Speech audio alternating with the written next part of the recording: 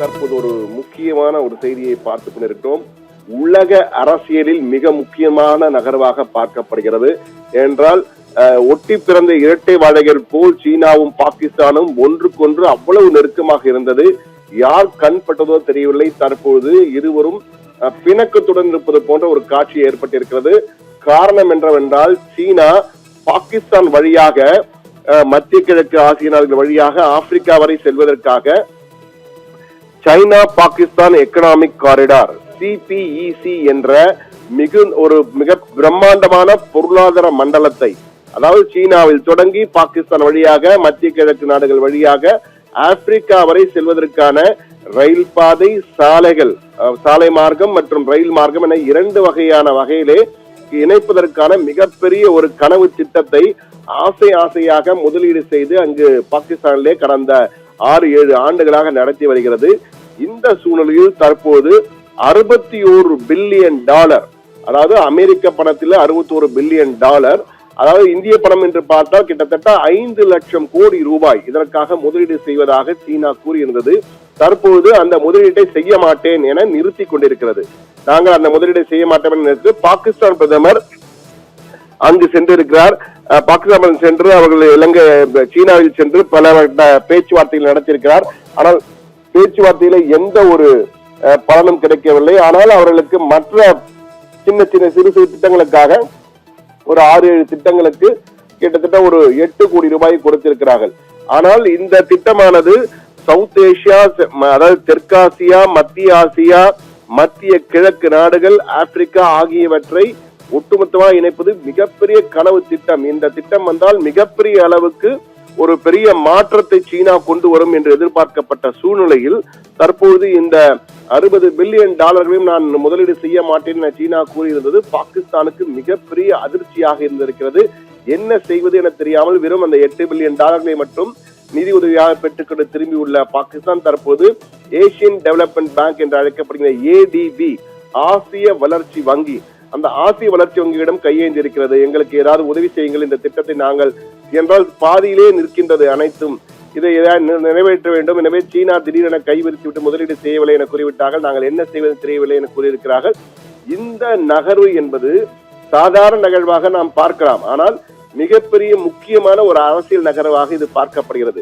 காரணம் என்னவென்றால் அண்மை காலமாக அமெரிக்கா, பாகிஸ்தான், ஏற்கனவே இந்தியா, ரஷ்யா, அமெரிக்கா, பாகிஸ்தான் என்று இருந்த பூகோள அரசியலிலே பாகிஸ்தான் திடீரென அமெரிக்கா இந்தியாவுடன் மிகவும் நெருக்கமாக நெருங்கி வந்தது. அமெரிக்கா, இந்தியா, ரஷ்யா என இரண்டு பக்கமே நெருக்கமாக இருந்த சூழ்நிலையில் தற்போது பாகிஸ்தானுடன் விலகி இருந்த அமெரிக்கா மீண்டும் அதிக ஆர்வத்தை காட்டுகிறது என்பது மிக முக்கியமாக பார்க்க வேண்டியிருக்கிறது. குறிப்பாக பாகிஸ்தானில் உள்ள மிக முக்கியமான தாது வளங்களை அங்கு இருந்து அந்த தாது வளங்களிலே ட்ரம்பினுடைய உறவினர் ஒருவர் மிக முக்கியமாக அங்கு முதலீடு செய்திருப்பதால் அதற்கு முக்கியத்துவம் கொடுக்க பாகிஸ்தானுக்கு மிக அதிகமான வாய்ப்புகளை தரும் வகையிலே முதலீடுகளை அதிகரித்து வருகிறது அமெரிக்கா. குறிப்பாக ரெகோடிக் காப்பர் மற்றும் கோல்டு மைன், பலுச்சிஸ்தான் பகுதியிலே காப்பர் சுரங்கங்கள், அதே போன்ற தங்க சுரங்கங்கள் இருப்பதால் அவற்றை அதிலிருந்து முதலீடு செய்து அதிலிருந்து லாபத்தை சம்பாதிப்பதற்காக அமெரிக்கா பாகிஸ்தானுடன் நெருக்கம் காட்டுகிறது. இந்த அமெரிக்க பாகிஸ்தான் நெருக்கமானது சீனாவுக்கு தற்போது எரிச்சலை தந்திருக்கிறது. இந்த சூழ்நிலையில் தான் தியானின் நகரிலே இந்த ஷாங்காய் கோஆபரேட்டிவ் ஆர்கனைசேஷன் அழைக்கப்படுகின்ற SCOயின் உச்சி மாநாடு நடைபெற்றது. இந்த ஷாங்காய் உச்சி மாநாட்டின் பொழுது இந்தியா, சீனா, ரஷ்யா ஆகிய 3 நாடுகளின் வல்லரசு நாடுகளின் தலைவர்களும் ஒன்று கூடி பேசியது ஒரு மிகப்பெரிய நகர்வாக பார்க்கப்பட்டது. அமெரிக்கா கடும் எரிச்சல் அடைந்தது. இந்த 3 நாடுகள் ஒன்றிணைந்தது.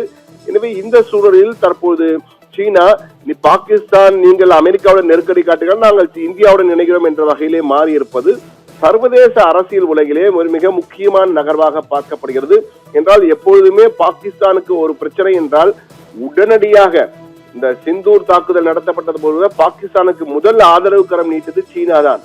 ஆனால் 1-2 மாத காலத்திற்குள்ளாக சீனா தற்போது தன்னுடைய நிலைப்பாட்டை முழுமையாக மாற்றிக்கொண்டு பாகிஸ்தானை கை கழுவி இருக்கிறது என்றுதான் கூற வேண்டும். கிட்டத்தட்ட 5 லட்சம் கோடி ரூபாய் முதலீட்டு நாங்கள் செய்ய மாட்டோம், அதுவும் எங்கள் கனவு திட்டத்துமான அந்த CPEC திட்டத்தின் மீதே நாங்கள் செய்ய மாட்டோம் என சீனா கூறியிருப்பது பாகிஸ்தான் மேல சீனாவுக்கு மிகுந்த கோபம் இருக்கிறது. அமெரிக்காவுடன் நீங்கள் நெருக்கம் காட்டுகிறீர்கள், உங்கள் நட்பு அங்கு சென்று விட்டதா, அதனால் உங்களை நாங்கள் கட் செய்கிறோம் என்ற வகையிலே தற்போது பாகிஸ்தானை கை கழுவி இருக்கிறது சீனா. இது பூகோள அரசியலில், சர்வதேச அரசியலிலே மிக முக்கியமான நகரமாக பார்க்கப்படுகிறது. அணிகள் மாற்றம் என்பது தற்போது மாறிக்கொண்டே இருக்கிறது. அடுத்தடுத்து என்றால் ரஷ்யாவுக்கு எதிராக ஐரோப்பிய யூனியனும் அமெரிக்காவும் ஒன்று சேர்ந்து செயல்பட்டது ஒரு காலம். ஆனால் தற்போது ஐரோப்பிய யூனியன் தனியாக செயல்படுகிறது, அமெரிக்கா தனியாக செயல்படுகிறது ரஷ்யாவுக்கு எதிராக. அங்கும் ஒரு அணி மாற்றம். இந்த தெற்காசிய ஆசிய பிராந்தியத்திலும் தற்போது ஒரு அணி மாற்றம் ஏற்படும் வகையிலே சீனாவும் இந்தியாவும் நெருக்கம் காட்டுகின்றன. இதுவரை காணாத அளவுக்கு நெருக்கம் காட்டுகின்றார்கள். இந்த நெருக்கம் எந்த அளவுக்கு போகும் அடுத்தடுத்த காலங்களில் தான் நமக்கு முழுமையாக தெரிய வரும். இருப்பினும் பாகிஸ்தானை சீனா கை கழுவி இருப்பது மிக மிக மிக முக்கியமான நகர்வாக பார்க்கப்படுகிறது நேயர்களே.